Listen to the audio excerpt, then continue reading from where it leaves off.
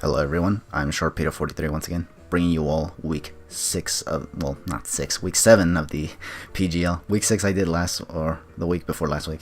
But I forgot to mention this in the NGDL battle for week 7 that there was actually no PGL battle for last Friday because of the fact that it was actually a bye week, because a lot of the coaches of the PGL were actually going to an event called PAX. So and I didn't go, so I didn't really have to do anything that day. And uploading battles on Friday was not imperative that week, so I was actually free for a while. So that's why you guys only saw the week 7 of the NGDL. So, but here we are now. We are in week 7 of the PGL. I was about to say week 6 again. Jeez, man, what's with me? But yeah. So this is gonna be my opponent for this week. It's gonna be Sketchy Smeargle and the Seattle Smeargles. Someone who I have not battled in whatsoever. But yeah, looking at his team, this guy kind of like Root. This guy was another of those people that I kind of had like I was kind of confident that I'd be able to beat him in some way. The team that I made, it wasn't necessarily like rushed or anything. I just kind of made it and was kind of feeling, kind of creative, so I kind of just made it. But not like without any thought, obviously. I definitely put some thought into it. I was definitely considering the matchups, and in fact the matchups did seem ideal, that I'd be able to, handle Sketchy and probably even win the battle. But yeah, because look, he has Scizor, which I have Rotom Heat for, Jolteon, Rotom Heat for, Arcanine. If it's not an offensive set, even Rotom can handle that. Zygarde can definitely handle the Arcanine and the Jolteon if it gets enough, if it gets at least one Dragon Dance off, because by the way, this Zygarde is actually Dragon Dancing set. The Milotic is also something that's covered by to an extent Slowbro, just because of the fact that I do carry Toxic on this this Slowbro. I was about to say Milotic. It's because, man, I'm just so tongue twisted. But yeah, I have Toxic for the Milotic, so it's kind of the answer to Milotic, kind of, because some Milotics do tend to carry Flame Orb. So if I manage to get a Toxic off before this thing sets up its Flame Orb, I pretty much have the Milotic covered for the rest of the battle, because he won't be able to drag out the battles, because that's kind of what Milotic kind of does. It just kind of walls the hell out of you. But yeah, not in this case though. So, and he also has Credilli, which the only thing, well, I'm using one in the NGDL, and it really almost never does anything other than just Stealth Rock. So, and I definitely have things for it in the form of well, Slowbro, Toxicate again, or even Honchkrow. You're gonna find out how Honchkrow can do it. But yeah, so I brought Mega Diancie as well, because I definitely was afraid of him bringing the Como as well and getting to set up with it. So I definitely brought that because it naturally outspeeds. A worst case scenario is that it's Choice Scarf or something, but in most cases it never has been. I know that this is draft format and any second it can happen, but I mean, I didn't think he'd bring it, in all honesty. But yeah, anyways, I talked more, but honestly I think I've talked enough, so I'll just get into the battle right now. This battle, it was kind of interesting. It was alright. I mean, like right now at this point, I'm not really like too bummed about losing battles in the PGL, just because right now I'm not really that confident I'm gonna make it to playoffs anyway. So I figured, just battle everybody else then, because that's kind of how I felt when I was in the Talent Squad League. I was just not winning my battles, and I was just kind of not confident, and then as a result I just ended up playing everything else till the end. But yeah, anyways, here we go. I'm gonna lead off with Rotom. He leads off with Cradilli. I wasn't necessarily anticipating this lead. I was actually anticipating probably the Jolteon so that it can Volt Switch first turn, but he ends up going for Cradilli. I go for Toxic just to cripple this Cradilli, because if this thing gets Toxic off and manages to wall the hell out of me, and like I won't be able to do anything. So I definitely needed this Toxic to at least put this thing on a timer and limit its options, basically. Here I Volt Switch afterwards, and I go into Necrozma. In retrospect, kind of don't know why I went for Necrozma, in all honesty, because I wanted to go for the Stealth Rocks right away, because I definitely anticipated him to go for his own Stealth Rocks. So I went for my own Stealth Rocks here on the switch in with Necrozma here. And after the Stealth Rocks, I am going to end up switching back into Honchkrow, I believe. Yeah, I definitely switch into Honchkrow. After getting my Stealth Rocks up, though, he does end up going for Toxic, which does miss. And this miss, let's be real here, it can kind of matter in the sense that it could have worn down my Necrozma and kind of pressured it a lot more. it would be put in situations where I'd have to think twice before making a certain move because of the longevity that gets inhibited thanks to the Toxic, basically. So here, I'm going to hard switch into Honchkrow. If he's going to try to Toxic me again, I might as well let Honchkrow take the Toxic, because Toxic, Honchkrow is not really that big of a deal, considering Honchkrow's major role in these battles are just to hit hard and then just go down due to recall from Brave Bird, or just the Life Orb in general. So, yeah. But here, this Honchkrow is actually not Life Orb, actually. This Honchkrow you're going to see right here is actually a Flyinium Z1, for Supersonic Sky Strike, and I go for it right here because I was kind of wondering, would he actually preserve this Cradily, and if so, what would he switch into? Probably Milotic. So I figured, yeah, just go for the Supersonic Sky Strike right now because he has no switch-ins for this, but he ends up leaving his Cradily to just go down. I don't know if this was a misplay necessarily, maybe not, because if I wasn't sure if Brave Bird would alone would be able to take out this Cradily, and if it couldn't, I'd just probably get Toxic or I don't know, maybe additional infestation damage. So yeah, here he goes into Milotic now.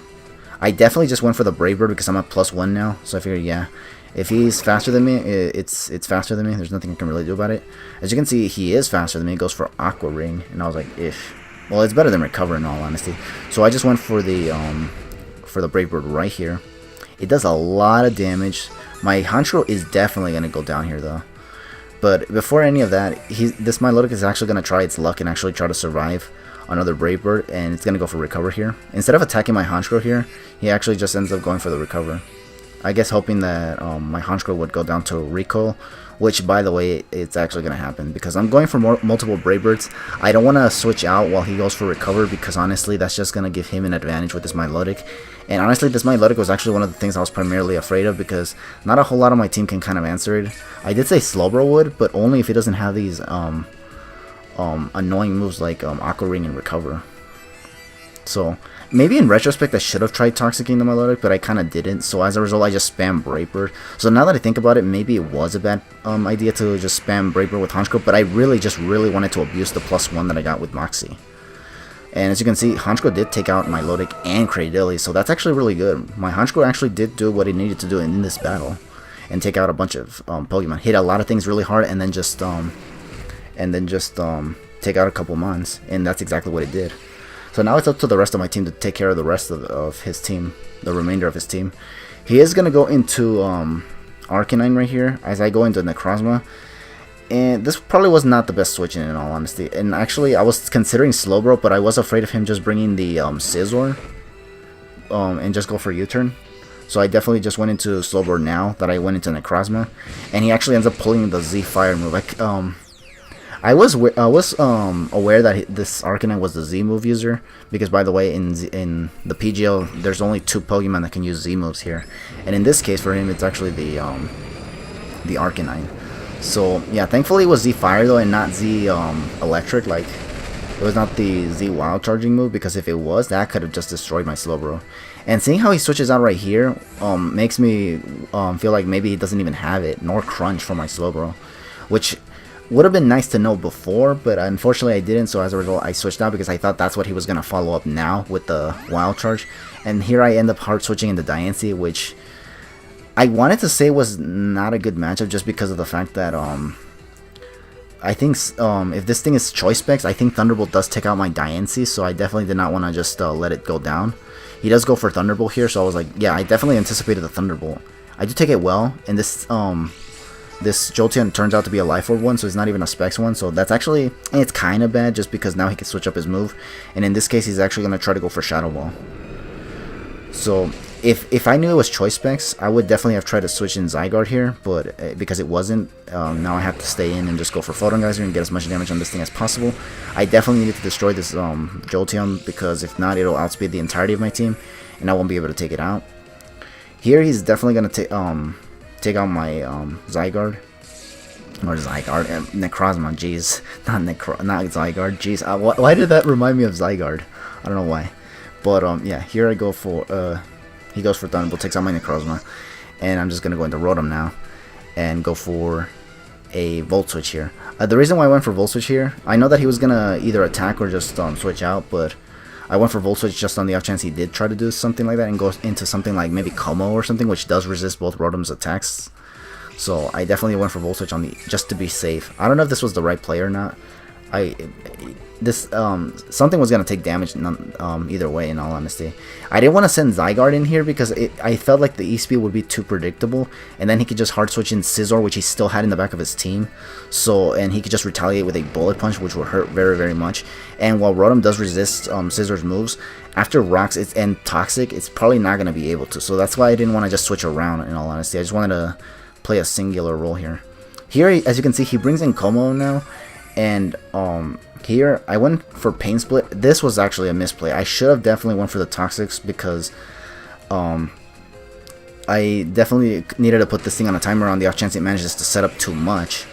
But unfortunately, because I went for Pain Split, I mean the possibility of it using Substitute was also there. And I think Substitute, if it gets it up, Pain Split's not affecting the Pokemon, the opposing Pokemon that has Substitute up and whatnot. So it was probably a misplay either way. Like, Pain Split is a misplay, Toxic is a misplay, but if I was gonna go for that move, on the off chance he did not carry Substitute on the Como, I should have just went for Toxic just to put the thing on a timer, but I didn't do that. And as a result, this thing manages to kind of get away with sweeping me, because I sent in Slowbro right here. The plan with Slowbro was actually to go for Trick Room. I don't know if this Dragon Claw crit that he got on my Slowbro even mattered, because it was at +1, Dragon Claw Stab, and it's Life Orbed. But, you know, Slowbro is relatively bulky, and I did invest in enough bulk in it for it to be bulky, so that crit on Slowbro might have mattered. The plan there was actually just to go for Trick Room, and then Toxic it. Toxic the, what's it called? If not Toxic it, at least burn it with Scald, because I did not have Psyshock on this thing, by the way. I actually had, Flamethrower on the Slowbro, because I wanted to actually, prevent the Scizor from getting away with just U-turning my Slowbro every time. And if I got Trick Room up, Slowbro will definitely outslow Scizor, and Scizor would be the one in trouble as opposed to Slowbro, because Slowbro is usually not match up well against Scizor. So yeah, but yeah. So because of this Dragon Dance and because of that crit on the Slowbro, which I still don't know if it mattered or not. If it did, let me know. But I mean, I think it mattered, because I think my Slowbro was bulky enough to take even a +1 Life Orb Dragon Claw from a Como. So yeah, so because of that, he was just able to late game sweep me with this Como. But you know what's really, really annoying about this battle? It's just that once again, this flippin' Como is able to screw my day once again. Because I think I've shown you guys a couple battles where I just get screwed over by Como just because of that damn thing managing to set up in some capacity. Just because of that, I officially despise Como. Don't get me wrong, it does have a cool design, but I despise it because it always ruins my day. And in this case, it just got to set up once again. It crit my Slowbro, which pretty much threw any chance of me being able to at least KO the Como out the window. Because let me tell you, if I got rid of the Como, I probably would have still lost anyway, just because he still had the Scizor, and Diancie was still there for the Arcanine that he tried preserving there. So yeah, I was kind of in a pickle for quite a bit still after the Como stuff, but I couldn't take out the Como anyway, so it's whatever. And like I said, good game to Sketchy Smeargle. Like I said, I'm not really that bummed. Like, I was bummed initially just because it literally threw any chance of me being able to maybe win by creating Slowbro, but again, it just happens. So, and like I said, I'm not really bummed about it right now, just because, I mean, looking at my record, I don't think I'm gonna make it to playoffs even if I beat this guy, in all honesty, because my differential is not looking very good. And right now, after this loss, much less. Now it just looks even worse. So even if I beat the remaining opponents from the remaining weeks of the PGL, I'm not gonna make it to playoffs now. So yeah, so for the rest of the battles in the PGL, I'm gonna try to win, because at this point I think the only thing that annoys me about these battles now is just that I'm losing them. You guys all know that I don't like losing my battles, so if I'm losing them, it just kind of bugs me.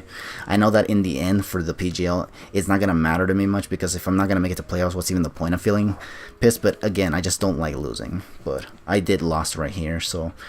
And I did get played by Sketchy Smeargle. So again, good game to Sketchy Smeargle. That was a good battle. I'll leave his stuff in the description below, because by the way, I keep forgetting to say don't forget to check out so-and-so in the description below, so you guys can check him out. But I mean, I'm doing it now. Don't forget to check out Sketchy Smeargle's site, if he even posts it, by the way, because I don't think I've seen him post anything in a while. But still, anyways, I'll leave his handles there nonetheless. I do it for every coach anyway, so just feel free to check them out if you guys want to. But with all that said, thank you all for watching my Week 7 battle of the PGL, and stay tuned for maybe Week 8 of the NGDL or something. But for now, just take it easy.